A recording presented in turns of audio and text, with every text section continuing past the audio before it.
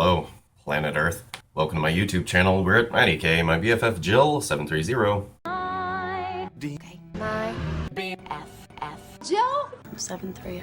I'm Preston L. Young, wishing you warm salutations and congratulations, as always. You've made your way to the Buffington Post. Today I'll be taking a break from Buffy as it is time to talk about the 6th season finale of Game of Thrones entitled The Winds of Winter. So, without further ado, here we go. You are invited! It's so hard to turn your life over. Step out of your comfort zone. Is this some kind of a joke? Will someone wake me up soon and tell me this was just a game we played called life?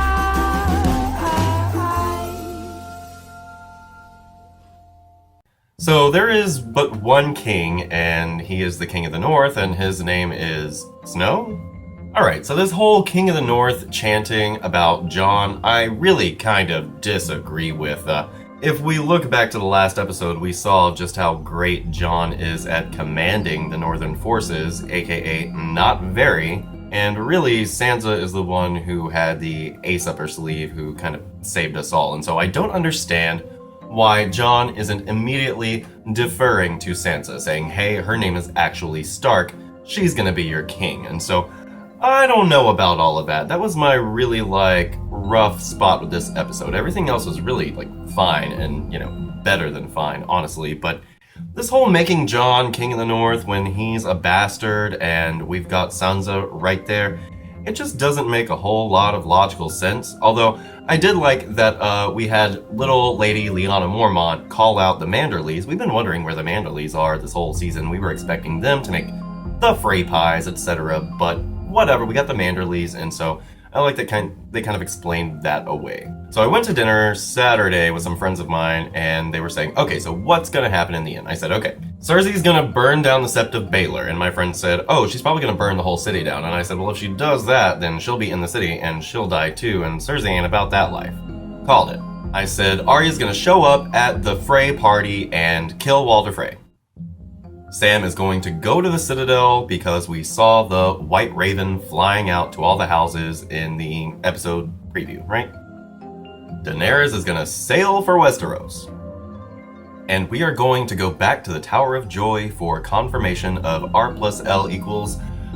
Well, I was really hoping that R plus L equals D, or at least R plus L equals twins, but we did go back to the Tower of Joy and get confirmation, so you're welcome. So basically, I, again, had all the predictions, and all the predictions that everybody was saying were right, and again, it goes into that whole, we're predicting everything thing that I was talking about in my last review. However, I completely enjoyed this episode. I really like that Daenerys got rid of Daario. She was like, you're gonna chill here, I gotta go and marry some other folks. Love you, boo, but bye. I really like that. I don't feel like Darius would ever have really fit into Westeros. He's such a colorful character just within himself, and everybody over there is so bland with the exception of, the Dornish, but meh. And I really like that Dany made Tyrion her hand. It's very kind of mirroring what was going on with Tywin and Aerys, because of course, Tywin was Aerys' hand back in the day before the crazy. Olenna being in Dorne and calling out the Sand Snakes was a bit fan servicey, but it was enough fan service and it was enough true fan service that I really enjoyed it. I was like, thank you, Olenna, for saying everything on our minds. Let's talk with the grown-ups. And so I like the idea that the Dornish and the Tyrells are going to kind of team up against, the Crown and team with Varys and Daenerys by extension. And so that's all really interesting, and I liked seeing that Olenna had in fact made it out of King's Landing because we never actually saw her exit the city. I just really wonder, how much bloodlust she's really going to have when she finds out that Loras, Mace, and Marjorie are all dead. I also really enjoyed getting to go to the Citadel with Sam and Gilly and the baby. I kind of didn't appreciate the way that the Maesters were like, oh no, homegirl can't come into the library. I feel like Sam should have stepped up for her right there, but what can you do? Sam can't be perfect all the time. But when he went into the library, it reminded me so much of when Belle walks into the Beast's library in Beauty and the Beast, and so I really enjoyed that. He was just like, oh, schnipe, like he's at home here. He likes to read, he likes books, and so I'm happy that Sam finally did make it to the Citadel. I just am glad that he's finally gotten where he left to go to an entire season ago, so I don't know. I wish that we had had more of Sam and Gilly in at least Old Town, maybe not the Citadel proper, but at least, going around Old Town. I feel like we really could have done that earlier in the season, but whatever, they made it. Oh, I must say, another thing that I really didn't like in the episode was the ending of Dany's kind of story, where we see her headed into Westeros with the dragons, and it's like, I feel like the showrunners, they say, when in doubt, just have a green screen with Daenerys in front of it, standing with the wind blowing in her hair looking fierce. And that's just an easy way to get rid of any, misunderstandings we might have about Daenerys. Just have this girl stand and pose in front of a green screen and everybody will be fine.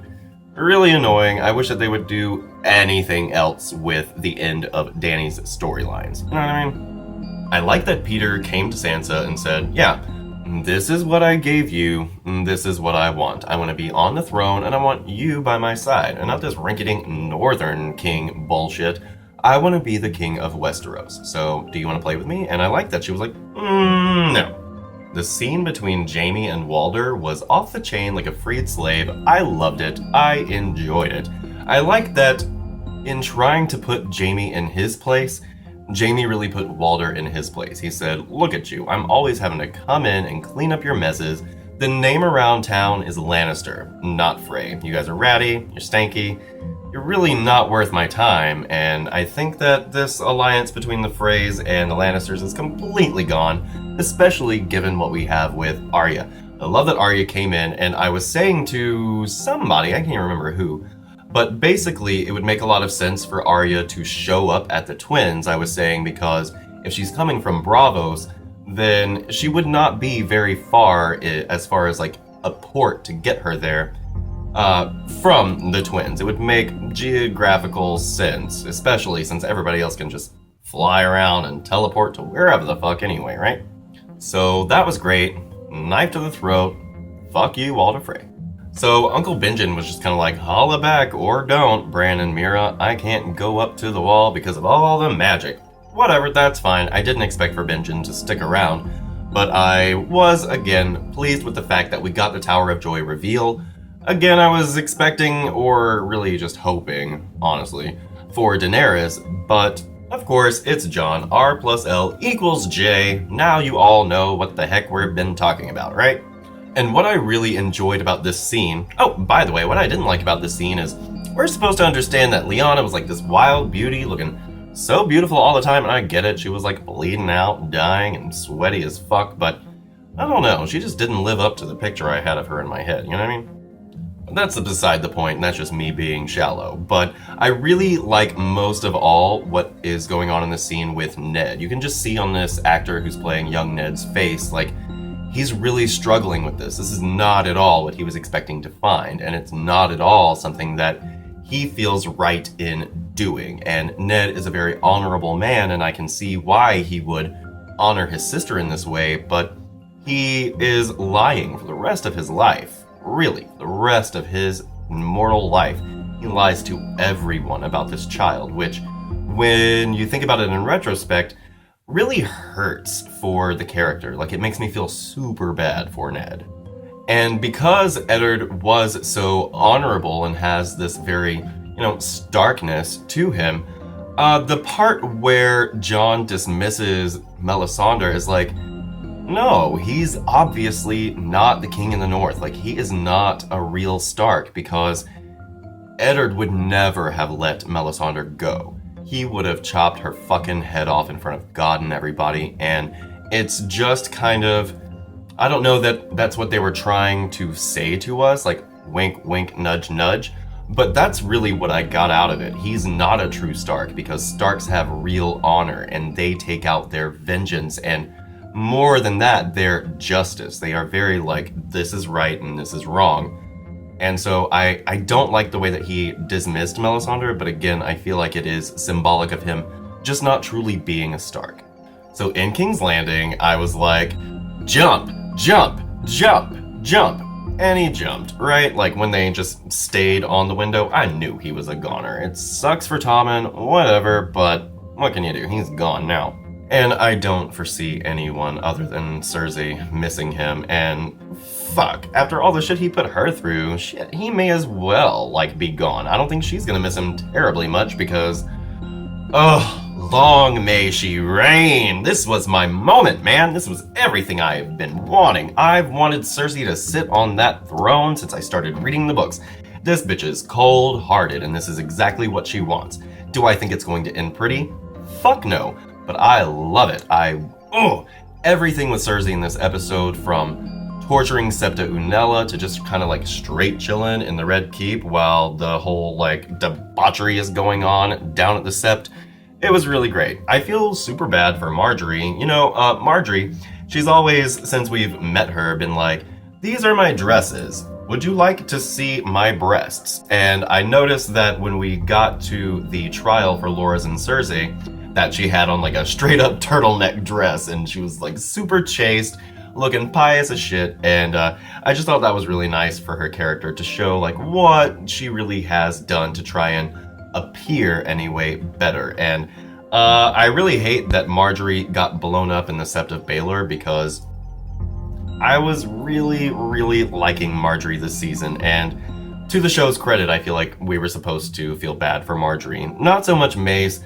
And I do feel bad for Loras because he's been stuck down in solitary confinement, and he's been more or less tortured and probably starved somewhat. He lays everything out, he gets completely humiliated, and for what? Absolutely nothing. They mutilate this man's forehead and then they're gonna let him go? Well, no, because you blew up. I will say that I love the fact that when we saw the wildfire take the Sept of Baelor, it looked as if the High Sparrow were at the complete epicenter of the explosion. And so I loved that. I love that Cersei is sitting on the Iron Throne, and I'm really interested to see how Jaime is going to deal with this Mad Queen. It's almost like when he was looking at her as she sat on the throne, he was like, oh, you know, all these rumors about you being super crazy, oh, maybe they're true. And so I like this new development for Cersei and Jaime.